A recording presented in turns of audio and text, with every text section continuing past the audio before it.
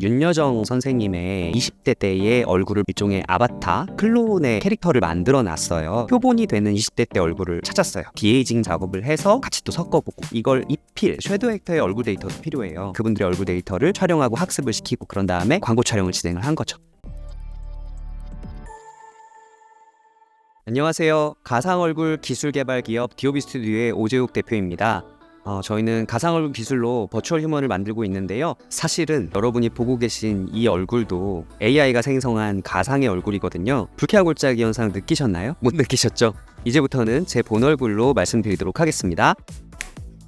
인공지능으로 가상 얼굴을 만들 때 아주 리얼하게 고화질로 촬영된 사람의 실제 얼굴 데이터가 필요한데요. 사실 데이터 부족으로 인한 어려움이 제일 컸어요. 허락을 받아야 되잖아요. 허락을 받아놓은 데이터들이 AI 허브라는 곳을 통해서 제공을 받을 수 있게 되어 있습니다. 저희가 원하는 정도의 퀄리티를 낼 수가 없었어요. 좀 더 고화질, 다양한 앵글, 여러 가지 도메인에서 쓸 수 있는 그런 퀄리티 있는 결과물을 내려면 데이터 포맷 자체를 바꿔야 되겠더라고요. 그래서 저희가 직접 그 데이터 포맷을 연구하고, 가장 자랑하고 싶은 저희만의 기술이 있다면 얼굴 편집 기술이에요. 인공지능이 가상의 얼굴을 생성해내는 방식이 기본적으로 랜덤입니다. 인공지능이 스스로 이해한 사람의 얼굴을 다시 재현해내는 방식이다 보니까 디테일하게 얼굴을 원하는 대로 그려내는 방식이 아니거든요. 근데 저희는 이 얼굴 편집 기술을 고도화해서 스피디 있게 아주 고퀄리티로 만들 수 있게끔 저희만의 경쟁력을 갖춰놨죠. 저희가 윤여정 선생님의 20대 때의 얼굴을 일종의 아바타, 클론의 캐릭터를 만들어 놨어요. 그거를 대역에게 이제 입혀서 마치 그분의 20대인 것처럼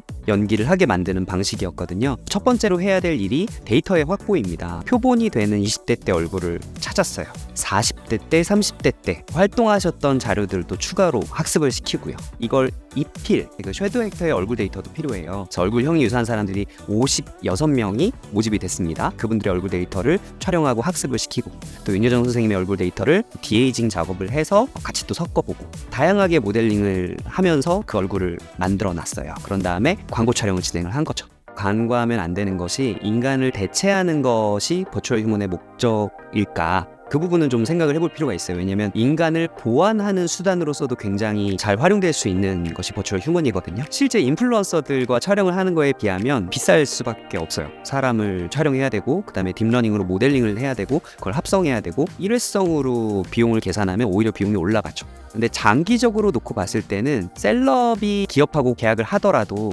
기업의 소유물이 되거나 기업에 속해 있거나 이런 게 아니다 보니까 장기간 이분들이 모럴헤즈드 리스크 없이 기업을 위해서 계속 일해준다? 기대하기가 되게 어렵죠. 근데 이 가상의 인물을 만들어서 기업을 대표하는, 특히 브랜드를 대표하는 인물로서 만들고 쭉 키워나간다면은 장기간으로 놓고 보면 압도적으로 뛰어나죠. 실제로 브라질의 한 소매 유통기업에서 가상의 인물을 홍보 모델로 만든 다음에 쭉 썼어요. 거의 1000만 명 가까이 팔로워가 생겼고, 매출도 지속적으로 성장하고 있고, 광고 선전비 면에서는 굉장히 절감이 된 거겠죠. 저희가 이강인 선수의 얼굴을 촬영을 해서 이강인 선수의 부캐를 만들어 드린 적이 있거든요. 이강인 선수가 스페인에서 뛰고 있더라도 한국에서 광고에 계속 출연할 수도 있는 거고, 인간이 가진 어떤 물리적인 한계를 극복할 수 있다라는 면에서는 이미 대체나 어떤 보완이 되었다라고 볼 수 있는 거고요. 나라마다 버추얼 휴먼들 특징이 다 제각각이에요. 좀 재밌어요. 인기가 있는 버추얼 인플루언서들은 하나같이 과격합니다. 어그로를 끈다고 하죠. 사회적으로 되게 무리를 일으킬 만한 그런 행동이나 언행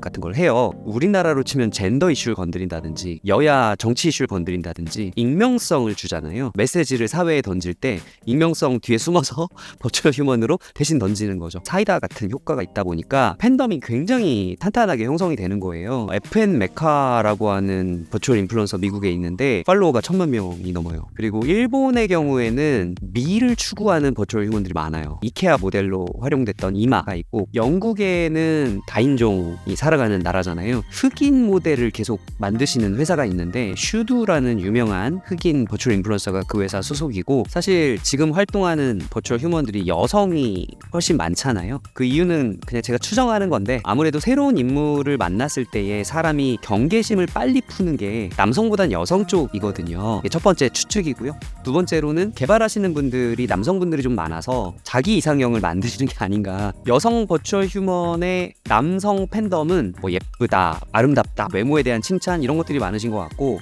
여성 팬덤은 좀 더 관계지향적인 것 같아요. 저희 남성 버추얼 휴먼 중에 강다운이라는 친구가 인기가 많거든요. 우리 다운이 이러면서 연인인 것처럼 진짜 사람하고 인터랙션 일어나는 것 같은 그런 반응들을 보여주세요. 사람을 구성하는 여러 가지 요소들 중에 사고의 영역이랑 얼굴, 몸의 움직임, 목소리 이렇게 네 가지로 구분을 해보면 네 가지 요소 중에 한 가지라도 의존을 해서 캐릭터를 빌드업을 하게 돼 있어요. 특히 저희 루이 같은 친구를 예로 들었을 때 목소리도 섀도우 액터 본인의 것이고 성격과 사고도 섀도우 액터 본인의 것이에요. 루이는 얼굴만 대체한 거예요. 섀도우 액터의 개성이 드러나는 경우는 저희 회사 말고는 없어요. 저희가 궁극적으로 가고자 하는 거는 결국에는 누구나 가상의 얼굴로 나의 디지털 콘텐츠를 내가 스스로 연출할 수 있게 해주자라는 게 저희 회사의 비전이거든요. 부캐놀이를 도와준다라고 보시면 돼요. 섀도우 액터의 매력을 그대로 보여주게끔 하는 거죠. 재밌는 게 이 실험을 해보니까 대중들이 루이의 어떤 면에 제일 반응하느냐, 놀랍게도 얼굴이 아닙니다. 목소리와 노래예요. 사실 아이돌이 되고 싶어 했던 분이었거든요. 저희가 가상 얼굴을 제공함으로써 이 섀도우 액터가 버려야 했던, 접어야 했던 꿈을 다시 펼칠 수 있게끔 자아실현의 기회를 부여한 것 뿐이고, 이분은 다른 마스크를 쓰고 자기가 가장 잘하는 그 페르소나의 일부분을 대중들에게 선보일 수 있게 된 거죠. 모든 버추얼 휴먼들이 나이를 안 먹는 건 아니에요.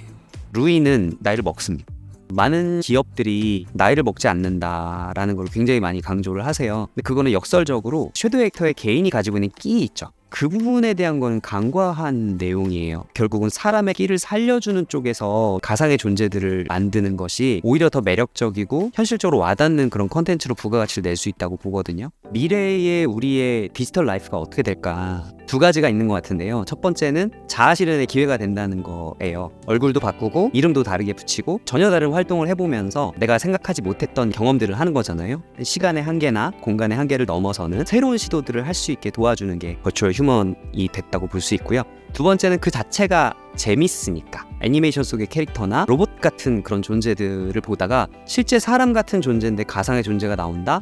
이거 자체 되게 흥분되고 재미있는 일인 거죠. 컨텐츠가 풍성해진다라는 게 저희가 제일 크게 보고 있는 시장에서의 가치라고 생각을 하고요. 우리가 디지털 세상에 머무르고 디지털 컨텐츠를 소비하는 시간은 점점 더 길어질 거고요. 결국에는 버추얼 휴먼이라고 하는 그 존재의 정의 자체가 더 확장될 거라고 보는 거예요. 부캐가 디지털 세상에서 활동하는 것, 이것도 버추얼 휴먼이 될 거고요. 사람이 전혀 개입하지 않은 AI가 사람인 척 대화하고 하는 것도 버추얼 휴먼이 될 거고요. 목소리만 AI로 대체한 버추얼 휴먼, 얼굴만 대체한 버추얼 휴먼, 다양한 버추얼 휴먼들이 막 섞여 있을 거고요. 어디가 AI인지 이거를 구별할 필요가 없는 세상이 온다고 봐요.